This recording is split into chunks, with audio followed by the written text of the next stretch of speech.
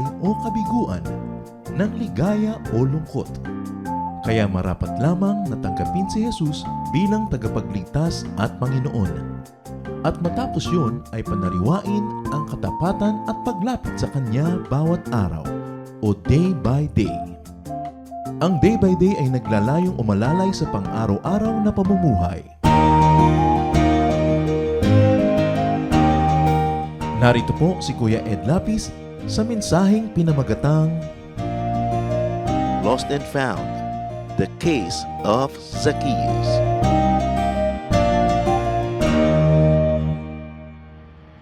Luke 15:24. This son of mine was dead, but has now come back to life. He was lost and has now been found. The ministry of Jesus is to find the lost and to find for the lost whatever other losses they might have had during their lost years. Lost and found, the case of Zacchaeus. Panginoon, salamat po dahil kami ay inyong patuloy na minamahal, iniingatan, inaalagaan, tinuturuan, inaakay.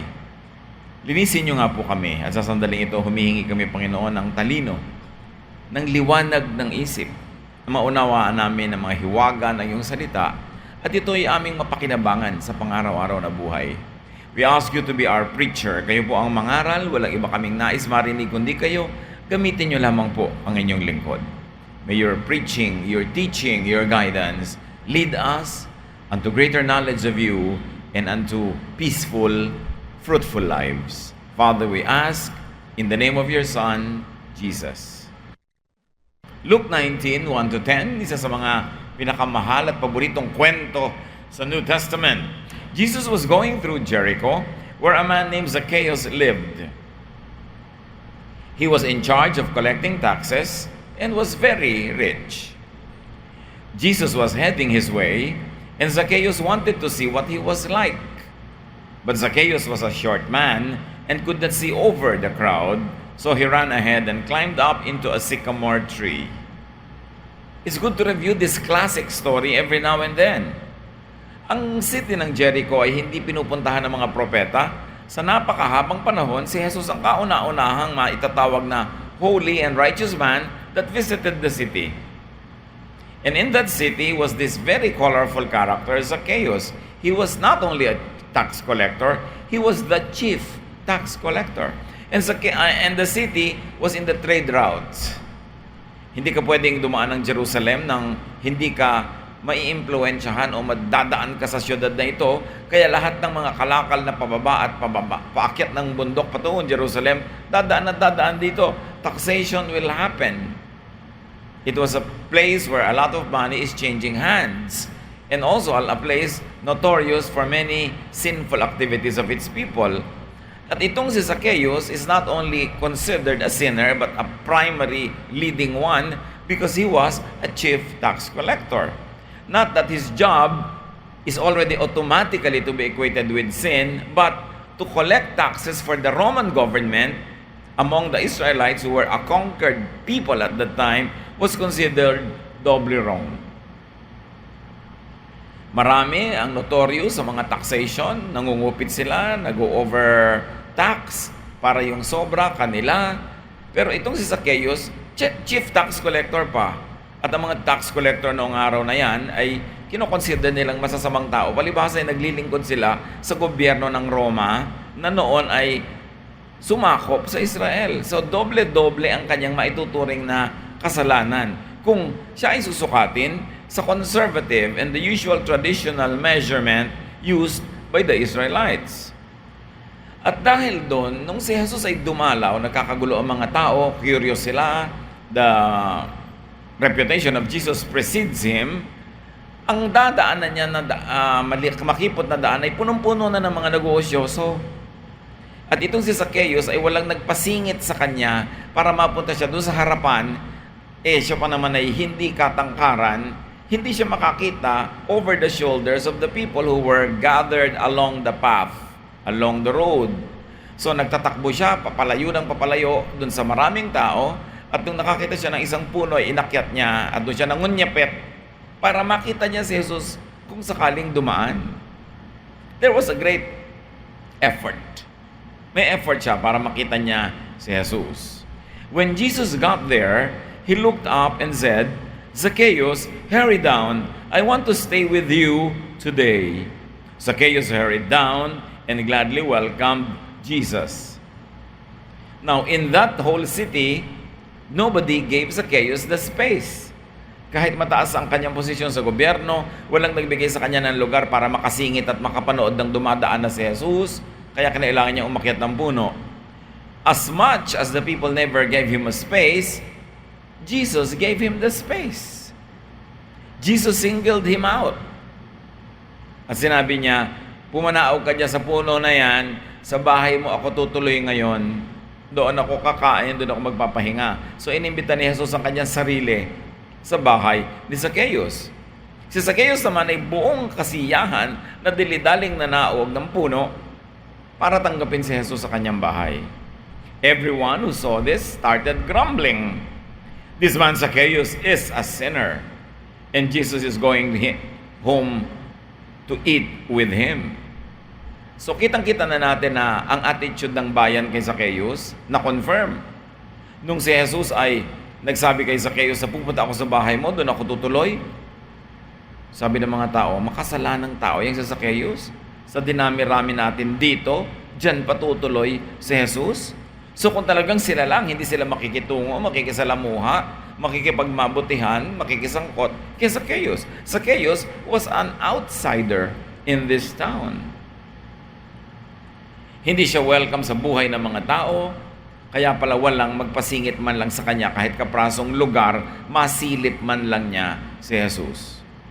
So tumuloy sila sa bahay ni Zacchaeus at natural sa haba ng oras, naghanda ng pagkain, ay napakarami na magitan sa kanila na napag-usapan. At nung matatapos na ang tugyugtong ito, later that day, Zacchaeus stood up and said to the Lord, I will give half of my property to the poor, and I will now pay back 4 times as much to everyone I have cheated. Being found by Jesus, Zacchaeus finds his inner self. Sabi niya, kalahati ng aking ari-arian ay ibibigay ko sa mga maralita, at lahat ng dinaya ko isosoli ko times 4. And being a tax collector, he had the records. Kaya niyang balikan lahat ang kanyang dinaya. At hindi lang niya bibigyan ng karampatang interes. Dagdag pa, doble-doble pa, times 4. Meron pa kayang matitira sa kanya matapos siya ipamigay ang kalahati ng kanyang ari-arian at isoli lahat ng kanyang dinaya times 4. Pero may nangyari sa kanya. Nung matagpuan siya ni Jesus, natagpuan din niya ang kanyang nawawalang sarili. Meron pala siyang buti, meron siyang bait, meron siyang kagandahang loob na hindi lang lumalabas. At ngayon, dahil kay Jesus, ay lumabas ito. Jesus said to Zacchaeus, today, you and your family have been saved because you are a true son of Abraham. The Son of Man came to look for and to save people who are lost. Sabi, kitang-kitang ebidensya, naligtas ka sa araw na ito. Hindi ka naligtas dahil magbibigay ka ng pera sa mahihirap, kundi dahil ligtas ka na. Dahil nabasag na yung matigas na shell na nakabalot sa iyong puso, lumabas na yung flesh na puso mo, yung kabutihang loob mo na itinanim dyan ng Diyos na nakulong ng kasalanan at kinulong ng mga taong ayaw magbigay sa iyo ng pagkakataon na makipagmabutihan sa kanila. So yan ang katunayan na yes, indeed, you are saved. Mission accomplished. Who could say?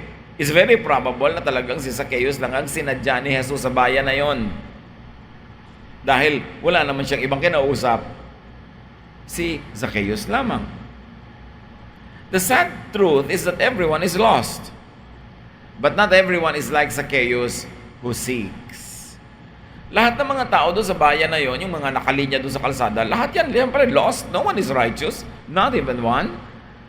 But only Zacchaeus had the heart that was really seeking, earnestly, sincerely.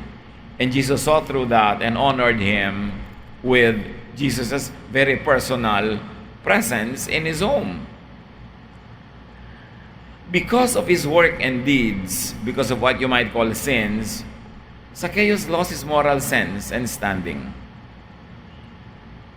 He was collaborating with the Roman conquerors. He was cheating his own people who were already very impoverished.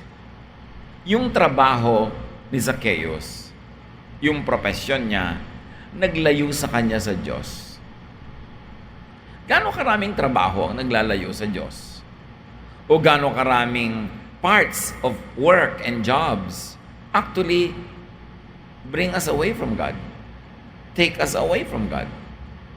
Nalayo sa Diyos, nalayo siya sa kanyang mga kababayan, at higit sa lahat, nalayo siya sa kanyang sarili.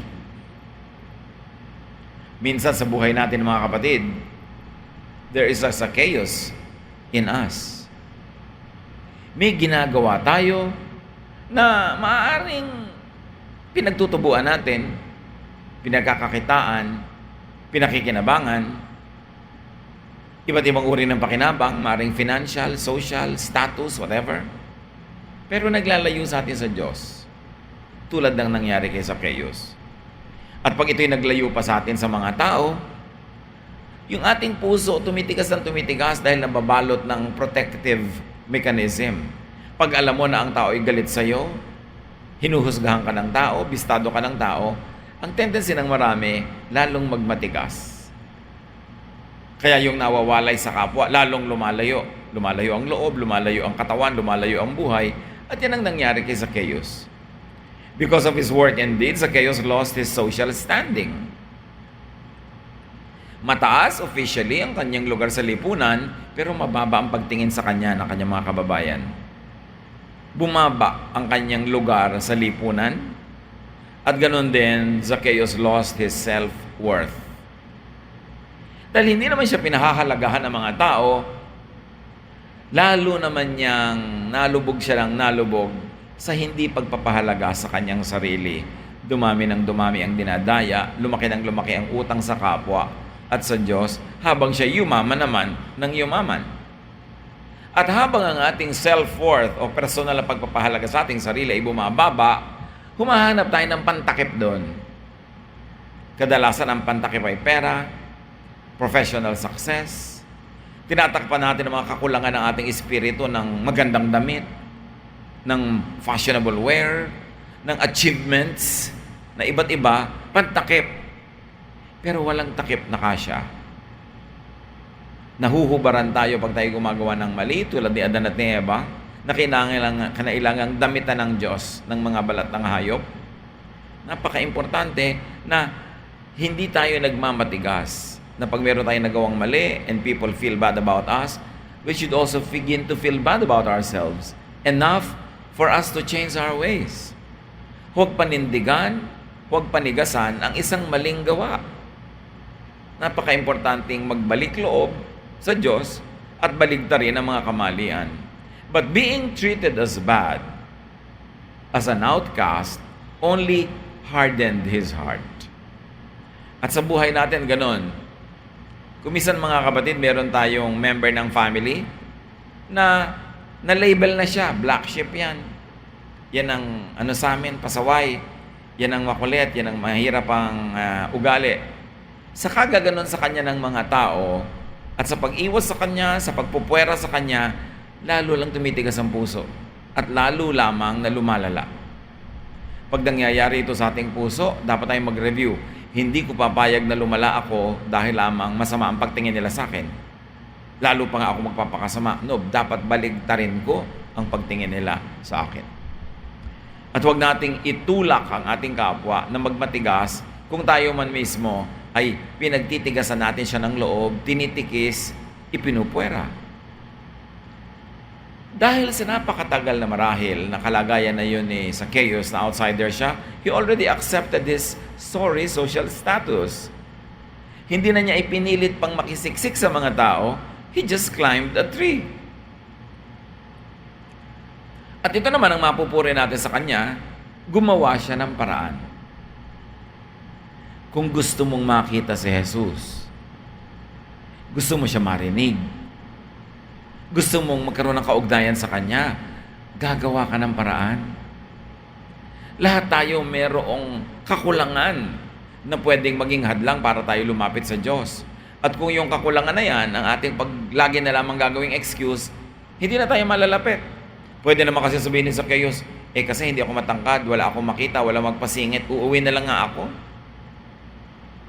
Pwede naman niya sabihin, wala akong makita, walang magpapasingit, may puno nga, pero ba't naman ako aakyat? Ang taas-taas ng ranggo ko sa lipunan, may edad na ako, aakyat pa ako, pambata lang yan, uuwi na lang ako. Napakadaling umatras sa paglapit sa Diyos pagka ikaw ay nagpadala sa mga hadlang. But Zacchaeus overcame those obstacles. People could get lost because of their deeds, intentional or not intentional, because of their connections, because of their what people call faith. It can happen to anyone na tayo ay mawala, maligaw. Gaano karaming beses tayo naliligaw din, kaya lang nakakabalik. Kung minsan madaling nakakabalik, hindi nahahalatang naligaw kahit sandali. Meron naman matagal maligaw. Ang importante, gumagawa ka ng paraan para makabalik. At yung gumagawa talaga ng taus-pusong paraan para bumalik, kita yun ni Jesus. Kilala yun ni Jesus. Alam yun ng Diyos. At sa dinami-rami ng mga tao doon, inihiwalay ni Jesus ang atensyon niya dito kay Zacchaeus. Tayo man, basta gagawa ka lang ng paraan. Huwag kang magpapahira ng loob sa iba't ibang mga hadlang at mga balakid. Zacchaeus was lost, nawawala, naliligaw, but he was found by Jesus. And there is a Zacchaeus in each one of us. At sa palagay niyo ba, ikinuwento ang kwento ni Zacchaeus dahil ang kwento yon? No. Kasi tayo ang Zacchaeus na ito. Kaya ito ay sinulat para mapag-aralan natin dahil tayo rin ay isang Zacchaeus.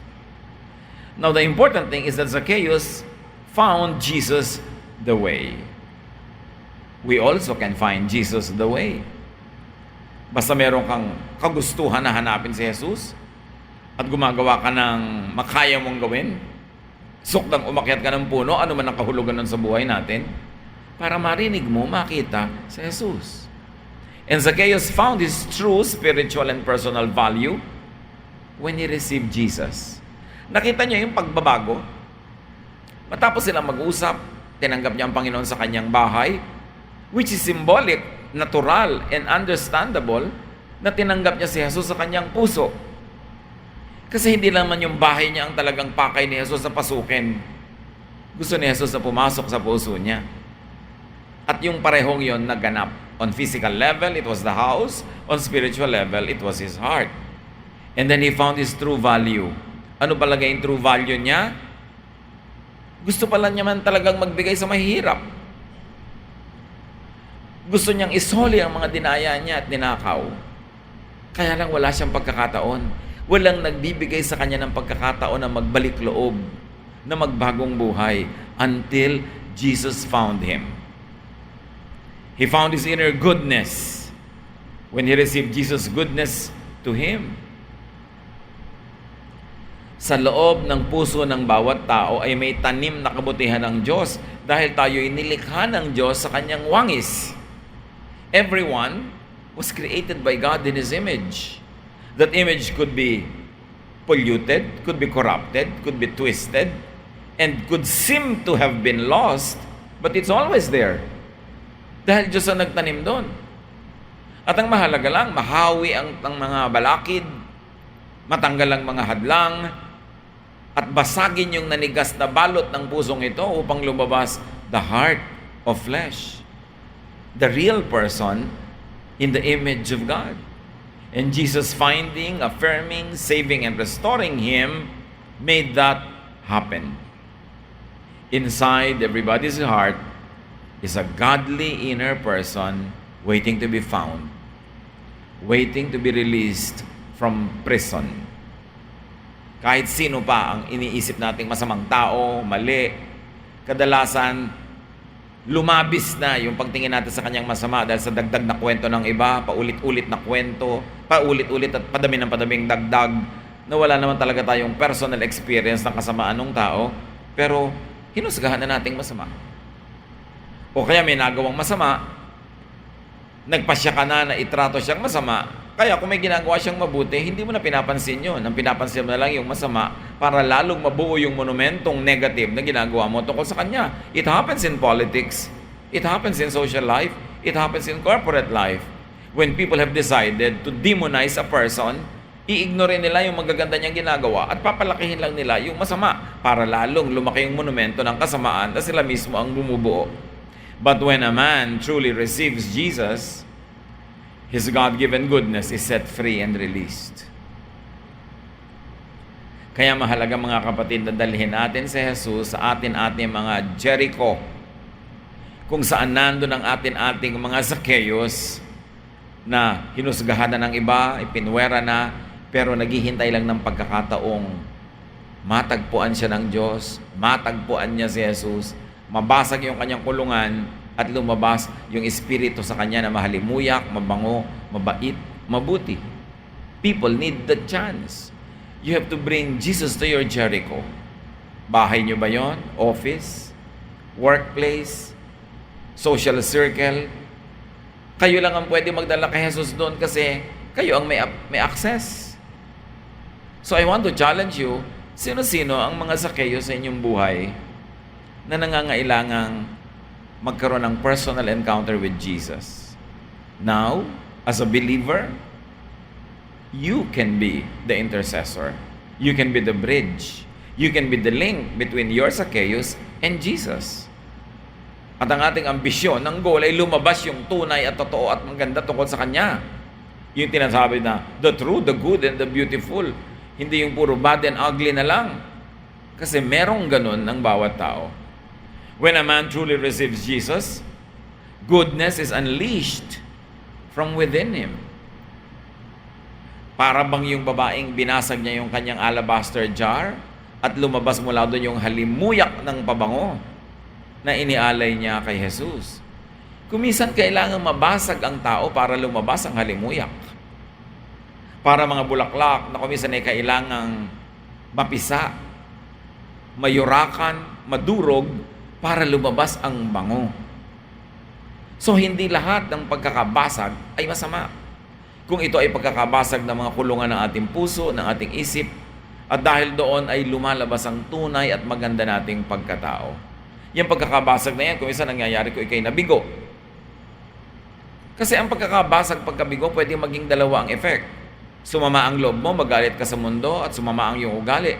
O maging humble ka, ma-realize mo ang iyong mga pagkukulang, ang iyong pagkakamali, at maghanap ka ng paraan para improve ang iyong sarili.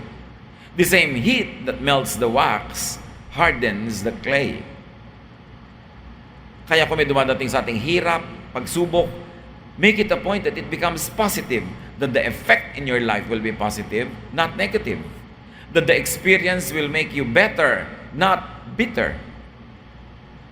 That you will learn from it at hindi ka madadala lang basta sa buhay at ayaw mo nang mabuhay, kundi ngayon alam mo na kung paano mabuhay ng tama dahil nalaman mo na kung paano yung mali. By elimination, you will become a better person by identifying your mistakes. Ang isang taong marami nang naging mistake should be a very wise man or woman. Kung matututo at magsisikap matuto. At ang lahat ng yan nangyayari, pag pumasok si Jesus sa ating buhay, sinunod natin ang kanyang kalooban. When a man truly receives Jesus, God's image in him is restored and enhanced. Of course, grammatical lang yung sinasabi nating man. Ibig sabihin din natin, tao, man or woman, male or female. The same. Importante na makawala yung tunay na espiritu na kinukulong ng kasalanan, ng image making ng mga tao sa ating paligid na nangkukulong din sa atin. And when people find true acceptance like Zacchaeus, they find their true worth. They learn to be and to do good. Nire-reject ng bayan na yon si Zacchaeus. Wala siyang chance na ipakita ang kanyang kagandahang loob. Inaccept ni Jesus si Zacchaeus. Tinanggap, walang patakaran, walang tanong-tanong, Walang requirement para pumunta si Jesus sa kanyang bahay. Basta tayo na pupunta ako sa bahay mo. Sa pagtanggap na yon, doon nakalaya si Zacchaeus. Nakalaya siyang gawin yung mabuting gusto niya sigurong gawin noon pa. Mga kapatid, sino sa inyong mga kamag-anak, kaibigan, ang nire-reject nyo? Magulang, are you rejecting your own son or daughter for whatever reason? Are you rejecting your own mother or father for whatever reason? Are you rejecting your brother or sister? Only when we accept people do they find their true worth. Mahalaga acceptance. Hindi acceptance na ibig sabihin ay ito-tolerate mo yung ayaw mo sa kanya forever, but you begin with acceptance. And when you accept people, and when they know that you accept them, they begin to change for the better. But you cannot require them to change first before you accept them. It will not happen. Kaya marami mga pamilya, sayang naman, tumatanda, magkakalayo, nagkakandamatay, hindi nagkakasundo-sundo, kasi hindi nila ina-accept ang isa't isa. One of the best gifts that you could give to people is to accept them for who and what they are. And then, they will find their true worth, they will be inspired to be the better versions of themselves, and that's only when you could actually assist in their development. Not before, but after you accept them. Tayo man, pag tinatanggap tayo, di ba, tayo at ease. Hindi tayo sakal, hindi tayo hirap. Mas gusto natin yon, maginhawa sa loob, maluwag sa dibdib. And that's when metamorphosis, development, change can happen. Rejection only forces people to have a fortress facade. Mas nire-reject mo tao, mas nagmamatigas. Siyempre, pinoprotect niya ang sarili niya from rejection, from pain, from sorrow, from all kinds of hurts. So ayaw mo sa akin ha? Ayaw ko rin sa iyo. Hindi mo pala ako gusto? Di rin kita gusto. Ganun ang attitude ng mga tao. Pero you want them to soften, you first soften up to them. Love begets love. And Jesus is about love. Napakaraming nangyari sa simpleng kwento ni Zacchaeus. Dapat siya sa atin at suriin. The best and only way to treat lost people is to find, reach out to, do good to them. Yan ang pinakamagaling. Yung lost na nga, ire-reject mo pa, lalo yun lalayo. Nakita niyo yung tinatawag na prodigal son? Na unang verse na binasa natin. Sabi ng father, my son was lost, now he is found. He was dead, now he is alive. And the first thing that the father did was to accept him. Without condition. Yung anak na yan, na alam na natin marami sa atin ang kwento, hiningi ang kanyang mana, buhay pa yung tatay, nilostay, at nung naubos, umuwi. Hindi na para maging anak, kundi para maging katulong. Willing na siya, may makain lang, pero hindi siya tinanong ng ama, hindi siya sinita, hindi kinwenta, tinanggap siya agad, minahal siya agad. You can imagine what transformation would happen in that kind of a person. Na ang isinagot mo sa kanyang kabiguan ay pag-ibig, ang isinagot mo sa kanyang pagiging suwail ay pag-ibig, lalabas at lalabas at lalabas yung buti na nasa kaibuturan ng kanyang puso. Meet people where they are. Notice, affirm them. Tulad ng ginawa ni Jesus kay Zacchaeus. Sabi niya, uy, bumaba ka dyan, sa bahay mo ako pupunta ngayon. Pinansin. Enter the home, the heart, the life of your Zacchaeus. Bring Jesus with you. Help break their hard shell. So the question is, could there be a Zacchaeus in you? Huwag na muna tayong lumayo sa ating mga sarili, giving you the identity, lifestyle, and status of a lost person. It's no accident that you're hearing this now. Like, it was no accident that Jesus went to Jericho just for Zacchaeus. Pare-pareho tayong mahal ng Diyos. At ayaw niya may nanatiling outsider, lost, hardened, and considered sinful. If there is a Zacchaeus in you, let Jesus find you. And how do you do that? Look for and look at Jesus. Just like Zacchaeus did. May ginawa si Zacchaeus, hindi naman basta bumagsak mula sa langit yung kanyang napakagandang palad na yon. Lumabas siya ng bahay, nagsikap siyang sumiksik, nung hindi siya nagtagumpay, umakyat siya ng puno. Dapat tayong merong gawin. Climb your tree so you will see Jesus. Get near to Jesus. Climb your tree. Whatever your tree is. And accept Jesus' invitation and proposal. Sabi niya, I will stay at your house. Jesus is inviting each one of us. He is inviting Himself to each one of our hearts. Sabi niya, behold, I stand at the door and knock. Whoever opens, I will come in and be with him and eat with him. Whoever opens. For God so loved the world that He gave His only Son, that whoever believes in Him will not perish, but will have everlasting life. So accept Jesus into your heart if you haven't yet.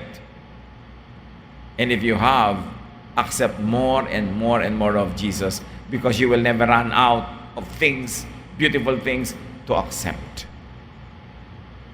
We are changed from glory to glory.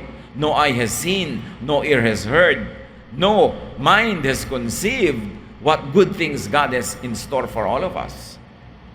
So hindi lang one-time acceptance kay Jesus, araw-araw kung nagawa mo na yon, patuloy kang tumanggap pa ng more and more teachings, more and more correction, more and more empowerment, more and more love and blessing. Open your house, your heart to Jesus. Literally, open your house to Jesus. Do a Bible study there. Have prayer gatherings there. Let people come to you and let them feel the love of Jesus. You are an extension of the church. Every house of a believer is an extension of the church. And open your heart to Jesus. To your work, to your habits, to your calendar, to your lifestyle. Jesus must be there. Hindi lang siya isang motif pagka Wednesday night o Sunday morning. But open every room in your house to Jesus.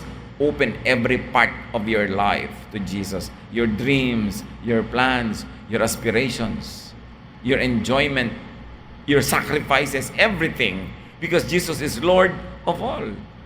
Let the love and acceptance of Jesus bring out your real inner goodness that had been hidden, distorted, or corrupted by sin or by misdeeds. Manalamin ka, kapatid, at sabihin mo sa sarili mo, may ibubuga ka pa. May ilalabas ka pang bait. May ilalabas ka pang ganda ng loob. May ilalabas ka pang talent. Meron pa, marami pa, dahil binigyan ka ng Diyos ng mga yan. Huwag kang makontento sa level ng kabutihan, kabaitan, productiveness, fruitfulness, godliness mo ngayon. More and more can come out of you, because He who is in you is greater than he who is in the world. Because there is so much more that you could be. Huwag kang makontento na kung ano ang level of your spirituality nung araw, the same pa lang ngayon, o baka worse pa ngayon. Dapat improve ng improve. Yun ang ibig sabihin to accept Jesus into our lives. We are an unfinished project. We keep on developing. And let your inner godliness come out and shine. Kung minsan ang lumalabas yung ating inner ungodliness. No. Give less and less opportunity for our inner negative selves to manifest itself. Give more and more opportunity for the true, the good, the beautiful, the godly in you to come out, to dominate a situation, to be noticed, and to be an inspiration. Nag-aagawan yung inner selves natin kung sinong lalabas, yung negative o yung positive. Turn every opportunity into a positive one to prove the love of God to yourself and to others. To prove the power and the victory of God. So, sa bawat sitwasyon, may chance ka ngayong magalit o hindi magalit. Bakit mo pipiliing magalit? May chance ka na maging maramot o generous. Bakit mo pipiliing maging maramot? Meron kang opportunity to forgive or to not forgive. Why choose to not forgive? You're only a beneficiary of forgiveness. May choice ka na maging polite or rude. Why choose to be rude? You are a child of God. Laging merong gustong lumabas at kumawala. Pero ang gusto ng Panginoong Hesus, ang lumalabas, yung kamukha niya, yung image niya. Be conscious because there is a Zacchaeus in each one of us. And could there be another person, a Zacchaeus, waiting for your redeeming attention and invitation? Redeem time. The days are evil. Huwag na natin ipagpaliban na magdala ng mga tao sa Panginoon at dalhin ng Panginoon sa mga tao. Could there be a Zacchaeus waiting for your liberating forgiveness and acceptance? Review your lives, mga kapatid. Mag-review tayo ng mga buhay natin. Baka may Zacchaeus kayo na naghihintay ng inyong pagpapatawad tulad ng ginawa ni Jesus kay Zacchaeus. Ng inyong acceptance tulad ng ginawa ni Jesus na pag-accept kay Zacchaeus. Stop rejecting people, especially your family members. Si Jesus, pinuntahan pa niya sa Zacchaeus para niya tanggapin. Yun ang marapat nating gawin sa mga Zacchaeus ng ating buhay. Could there be a Zacchaeus in your life waiting for your healing touch? Remember, we have the power of God. Because we have the Spirit of God. And we can heal people when we touch them. Not only literally, but more importantly, spiritually. When we touch them emotionally and spiritually, they can heal. Yet, we can also touch them in a way that could make them worse. That could inflict more illnesses in their psyche, in their mind, in their hearts. Yung touch natin, pwedeng blessing, pwedeng curse. You have the choice. Why will you choose to be a curse when you can choose to be a blessing? Model ni Jesus pinakita sa atin. That day, Jesus chose to be a blessing to Zacchaeus. We too could be a blessing to our Zacchaeus. Do a Jesus. Find your lost Zacchaeus, be it yourself or another person. Dear God, we thank you for the love of Jesus. We thank you for this very superb example of your love through Jesus. Hinahanap mo talaga, Panginoon, ang mga nawawala at yung tunay na naghahanap din sa iyo ay ginagantimpalaan mo ng iyong presensya, ng iyong pagpapala at nakawawala yung tunay at maganda namin mga ugali at asal. Turuan mo kami na una i-apply ang mga prinsipyong ito sa aming buhay to welcome your Son Jesus into our lives so that like Zacchaeus, we could start to do good and we can stop doing wrong. And also, Lord, teach us to bring Jesus into many Zacchaeus lives so that we could be an agent of blessing. Pagbulay-bulayan natin sumandali sa tahimik na paraan kung ano ang pagbabagong dapat mangyari sa ating buhay matapos ating ma-realize sa mga ito. What should we do? What should we stop doing? How could we do as Zacchaeus to ourselves to seek Jesus?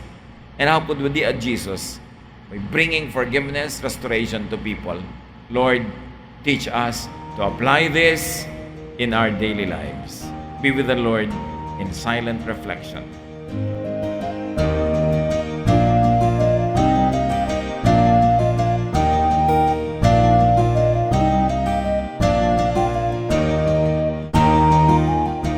Ang katatapos pong mensahe ni Kuya Ed Lapis ay pinamagatang Lost and Found, the case of Zacchaeus.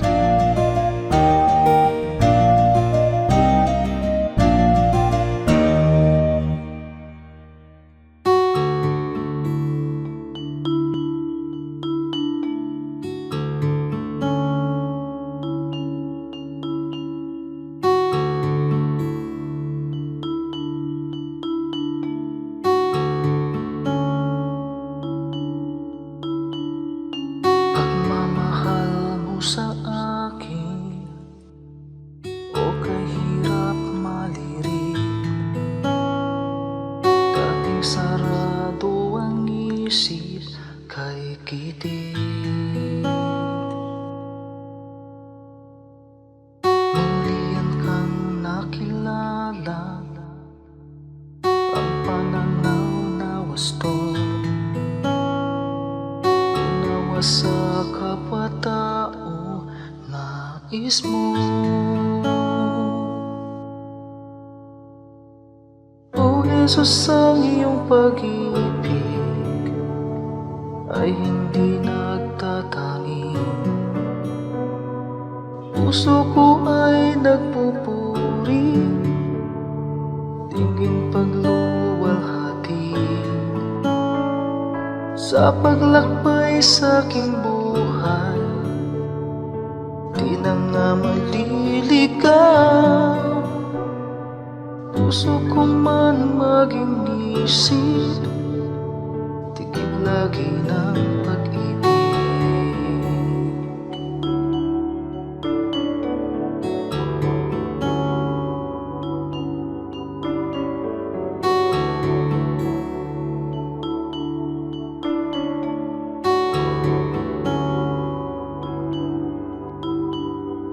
Kung ako'y magsalita man, wika ng bawat tao.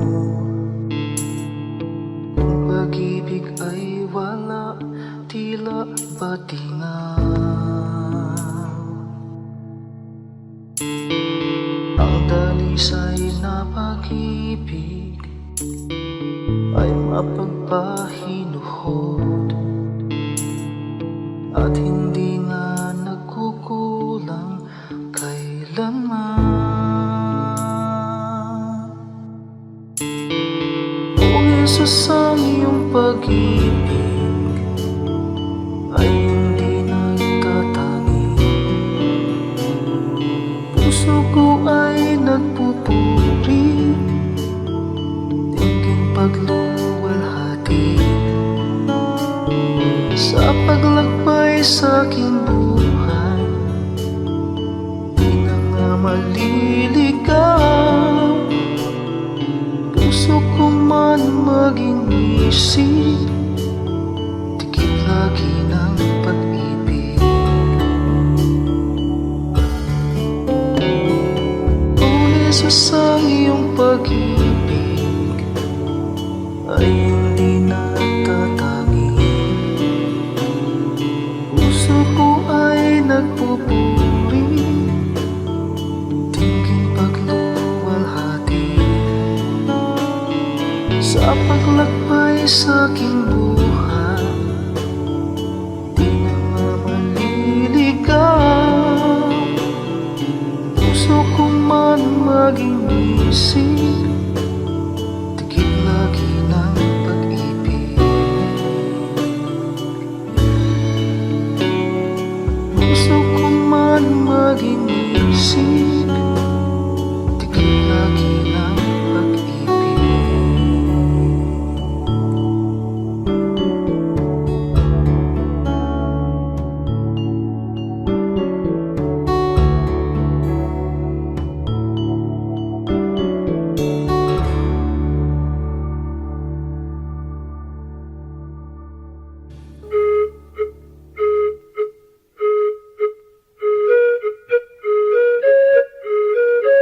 Dumako po tayo sa mga hiyas ng bayan, mga bagay po na maaari nating kilalanin, pag-aralan, ipagmalaki bilang mga Pilipino, hindi naman para magyabang, kundi para magkaroon po tayo ng mahalagang pagtingin sa ating mga ninuno, sa ating nakaraan at sa ating sarili. Sabi nga po, ang hindi lumingon sa pinanggalingan ay hindi nakararating sa paroroonan. Kaya mahalaga rin naman na atin pong pagbulay-bulayan, pag-aralan, yung mga karunungan ng ating bayan. At ngayon po ang ating hiyas na itatampok ay isang kasabihan. Bakit po hiyas ang kasabihan? Sapagkat bago naman tayo makagawa ng isang kasabihan, kailangan ng napakahabang panahon, ng pag-aaral, ng pagmamatyag, at ng isang sensitibong puso sa mga katotohanan sa daloy ng buhay. Bawat isang kasabihan po ay maaaring isa o maraming buhay na nagtulong-tulong, nagsama-sama upang makita ang mga batas ng buhay, ang mga daloy ng mga katotohanan. Kaya nga po ang isa nating pagbubulay-bulayan ngayon na kasabihan ng ating bayan na hinango po sa koleksyon ng UP Cultural Dictionary for Filipinos ni Thelma Quintanar at mga kasama. Sabi po ng kasabihang ito, ang bayaning masugatan, nag-iibayo ang tapang. Tama nga naman po. At ito po, kung ibabase natin doon sa kanyang pangunahing kahulugan, yun pong literal, totoo naman. Sa mga larangan ng digmaan, yung mga bayani, habang nasusugatan, habang tinatamaan at nagdurugo o kaya po ay lumilipad ang mga punglo sa paligid, ay lalong tumatapang. Yun po yung mga bayani. Siyempre may mga duwag na pag nasugatan, umaatras naman. Pero ang mga bayani, pag nasusugatan, nag-iibayo pa ang tapang. Subalit higit po dito sa pangunahing kahulugan nito na yung literal, meron pa pong malalim na kahulugan siyempre ang hiyas ng bayan na kasabihan na ito. Na ang taong talagang matining ang loob, ang taong talagang mahusay ang kalooban, ang tao na talagang magiting ang kanya pong pagkatao. Habang siya po ay hinahamon ng mga nakapaligiran, habang siya po ay pinipilit na ikulong, ay lalo naman siyang nagpipilit na makalaya. Habang siya ay minamaliit, ay lalo naman niyang pinapatunayan ang kanyang kadakilaan. At habang siya po ay pinahihirapan sa kanya pong pagtatangkang makamit ang kanyang minimithi, ay lalo naman po siyang nagsusumigsa at lalo naman siyang nagsisikap na malampasan ang mga hadlang na ibinibigay sa kanya. Yan po ang tunay na kabayanihan. Hindi madaling matakot, hindi madaling umatras, hindi ningas kugon, hindi madaling panghinaan ng loob, at hindi madaling alisan ng damdaming marubdob upang maituloy ang mga dakilang adhikain. Yan po ang isang tunay na kabayanihan. Hindi madaling pigilin ng mga kalungkutan, hindi madaling pigilin ng mga balakid o hirap. At yan po ang isang tunay na kabayanihan. Yung pong tayo ay magkaroon ng isip na kapag naidalangin na natin at nadesisyon na natin gawin na isang bagay, hindi tayo madaling hadlangan. Habang nagkakaroon ng hadlang, lalong tumitibay ang ating determinasyon na ito'y malampasan. Habang tayo nasusugatan, lalo tayong tumatapang. Yan po ang isang magandang kaugalian ng ating bayan na dapat nating alalahanin. Hindi po yung ningas kugon na sabi ng mga banyaga tungkol sa atin, kundi yung kasabihang ito, ang bayaning masugatan, nag-iibayo ang tapang.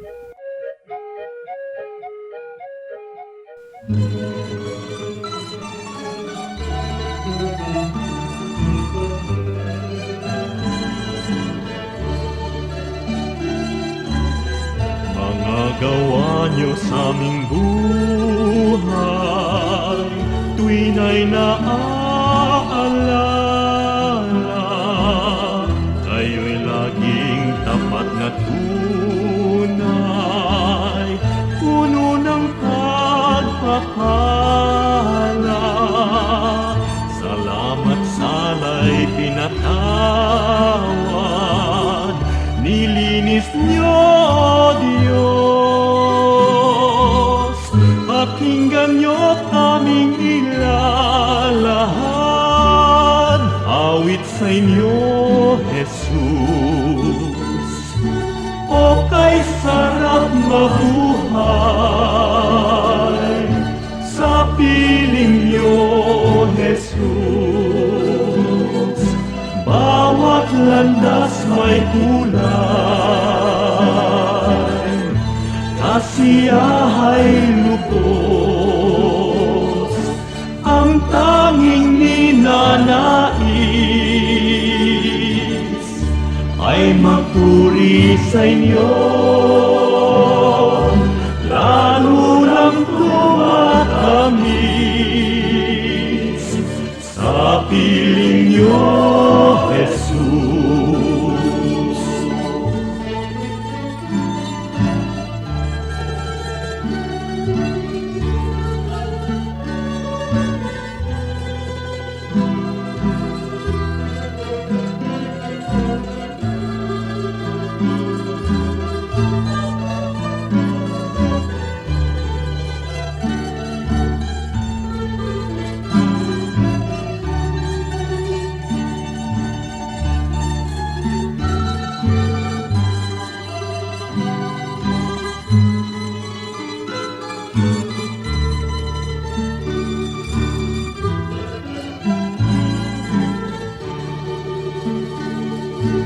O kay sarap mabuhay,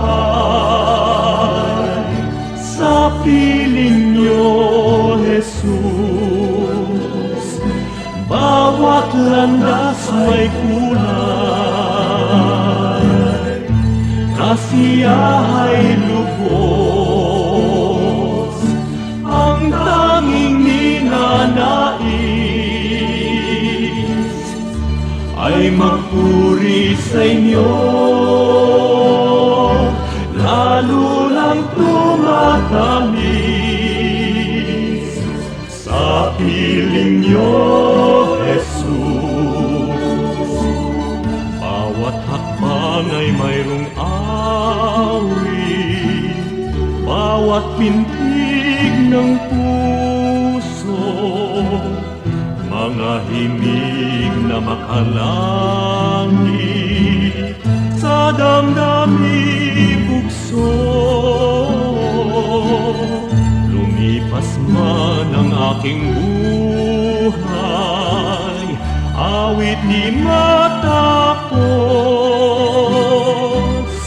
sa langit man ay iaalay, pakinggan niyo, Jesus.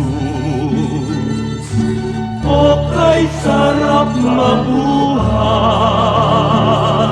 sa piling niyo, Jesus. Bawat landas may kulay,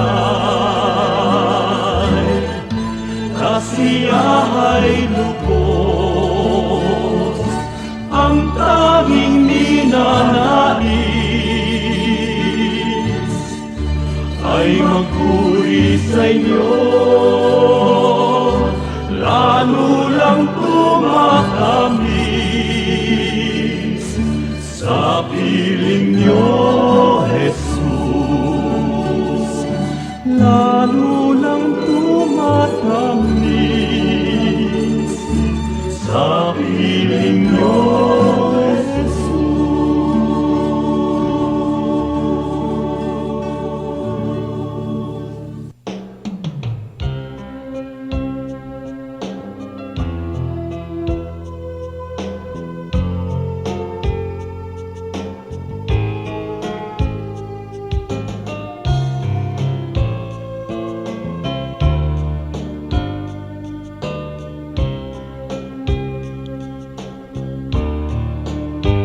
Tulungan mo akong sundin ang iyong mga utos.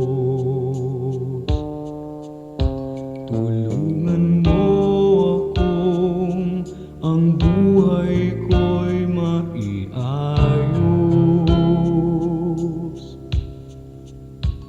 at sa mga tukso tulungan mong pigilin ang sarili ko. Tulungan mo akong maging tapat sa'yo. Pagpipigil sa sarili, pagpipigil sa sarili, kung nalulungkot at nalulumbay, magtiis at maghintay. Pagpipigil sa sarili, pagpipigil sa sarili, ang ituro mo,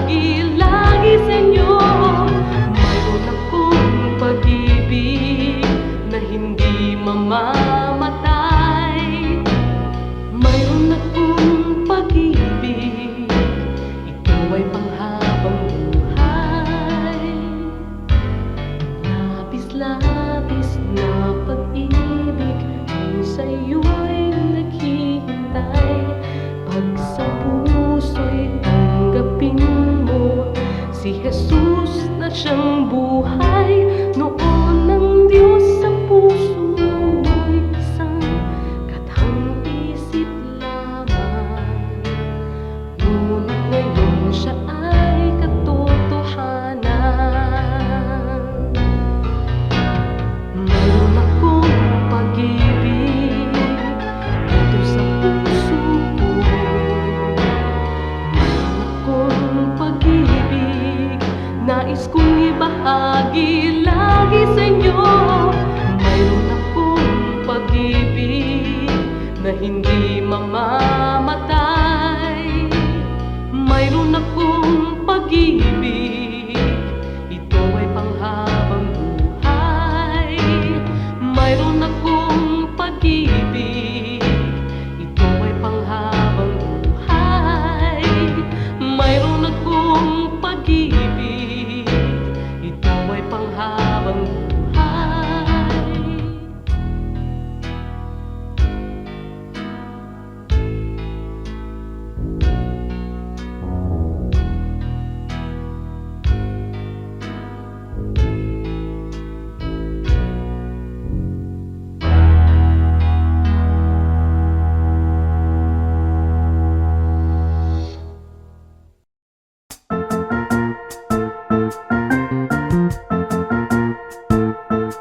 Oras na po para pansamantalang magpaalam ang programang Day by Day. Tayo po'y magsama-sama tuwing ika-6 hanggang ika-7 ng umaga, araw-araw. Magandang umaga po at mabuhay ang Panginoong Hesus!